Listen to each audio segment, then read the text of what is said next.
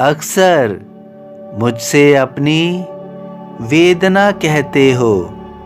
तुम अपनी समस्त पीड़ाओं को मेरे समक्ष रखते हो। मैं जानता हूँ कि तुम मुझसे बहुत प्रेम करते हो, इसलिए तुम मुझसे अपने सभी विचार, अपनी सभी पीड़ाएं साझा करते हो। लेकिन मैं तुम्हें एक बिंदु से अवगत कराना चाहता हूँ कि तुम ना कभी कमज़ोर थे, तुम ना कमज़ोर हो और तुम ना कभी कमज़ोर रहोगे। मैं तुम्हें आज तुम्हारी शक्ति से अवगत कराना चाहता हूँ, जिससे तुम अनभिज्ञ हो।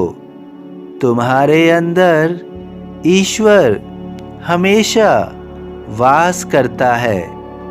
तुम केवल उसको पहचान नहीं पाते हो, इसलिए तुम अपनी शक्तियों को भी नहीं पहचान पाते हो।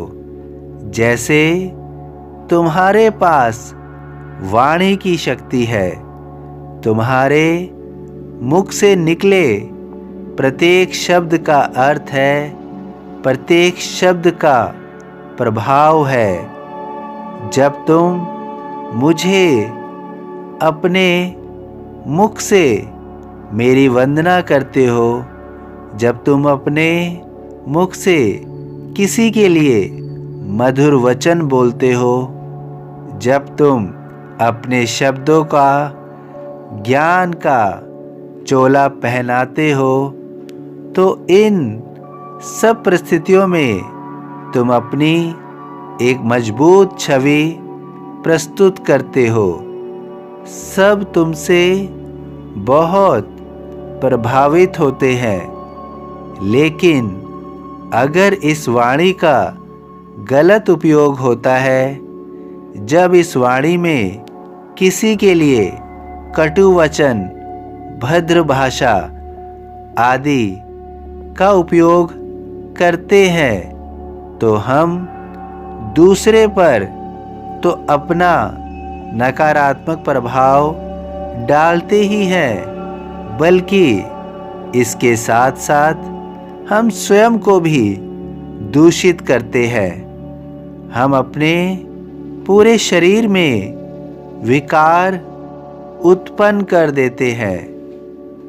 हम वाणी को ज़्यादा महत्वपूर्ण नहीं मानते हैं और नित्य कोई भी शब्दों का उपयोग करते रहते हैं।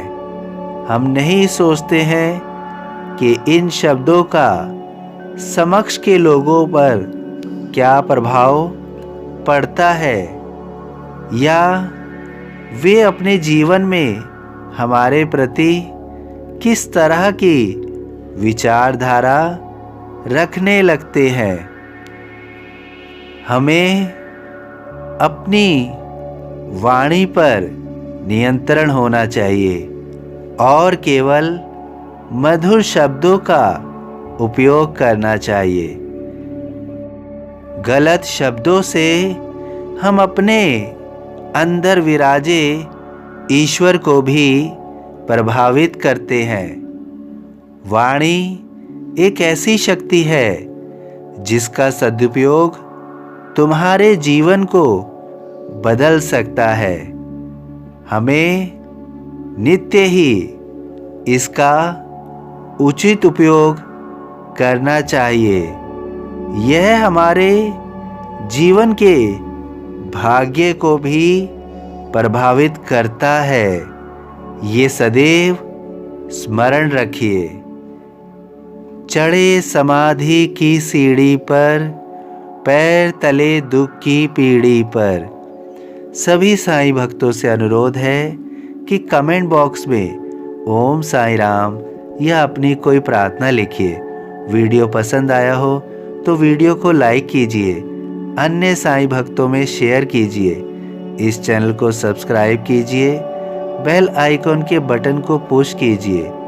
ओम साईं राम।